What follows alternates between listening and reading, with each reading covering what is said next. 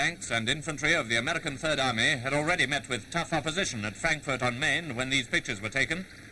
They show incidents during the final stages of the battle when German artillery was maintaining harassing fire near one of the bridges across the river. For some hours, tanks were unable to cross the damaged bridge, and a lot of work fell to the infantry, who went ahead clearing streets and buildings under pretty constant fire from snipers and machine guns.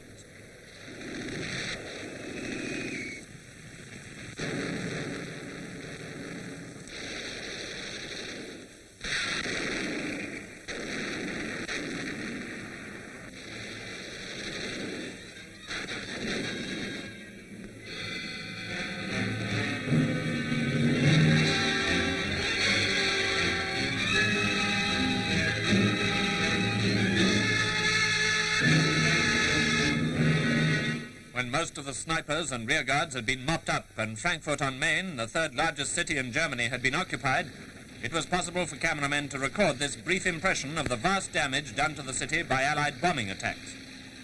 Most buildings seemed to be smashed or burnt out.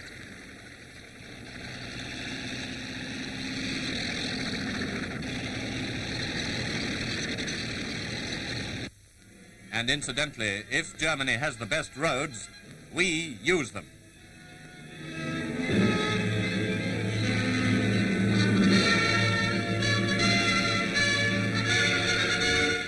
As the Americans marched through Frankfurt, there were scenes that are already becoming familiar in one German town after another. German civilians appeared in the streets, some obviously scared, others apparently relieved. And many thousands of slave workers of various nationalities naturally welcomed the troops. At one place, they raided shops for cigarettes, a rare luxury, I dare say, for most of these foreign workers who were taking this first opportunity of getting just a little of their own back.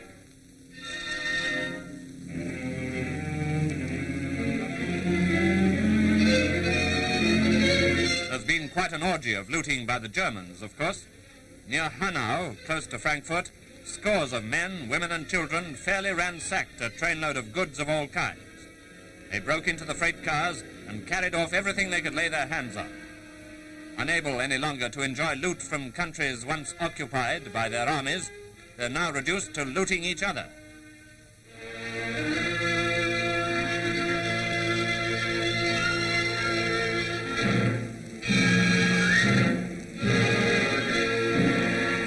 Near Wetzlar, the American advance succeeded in releasing a number of Allied prisoners of war, mostly United States airmen.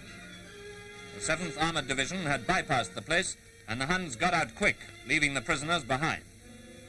Many were wounded, but all were naturally in the highest spirits. They made one German doctor pose with them, as they said he'd done a good job on their behalf.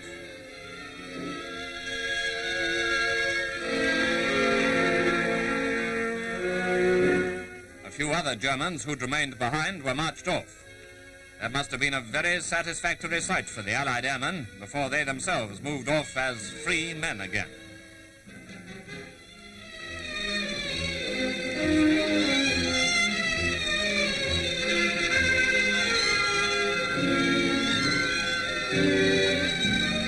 Meanwhile, we've been given a few glimpses through the security blackout of the magnificent work being done on Monty's front. Here are some of the boys taking part in the push to cut off Holland and the V2 sites, as well as the drive towards Hanover.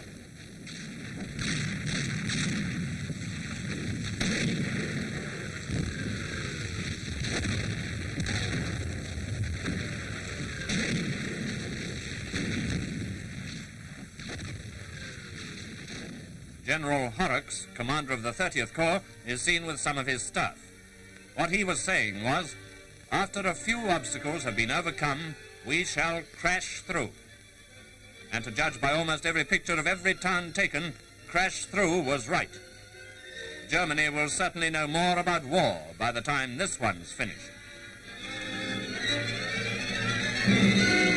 Talking of crashing through, this is how one of our Churchills dealt with an anti-tank barricade in Dulma.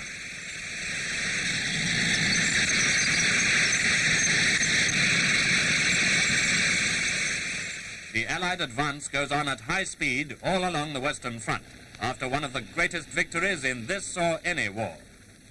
The number of prisoners taken is generally a token of the extent of the enemy's defeat. Well, for the first 2 weeks after D-Day on the Rhine, the Allies were taking prisoners at the rate of 20,000 a day.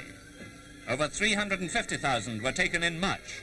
And when you add the number killed and wounded, that adds up to victory with a capital V. Some of the Huns are glad to be out of it. Most of them know perfectly well that Germany is finished.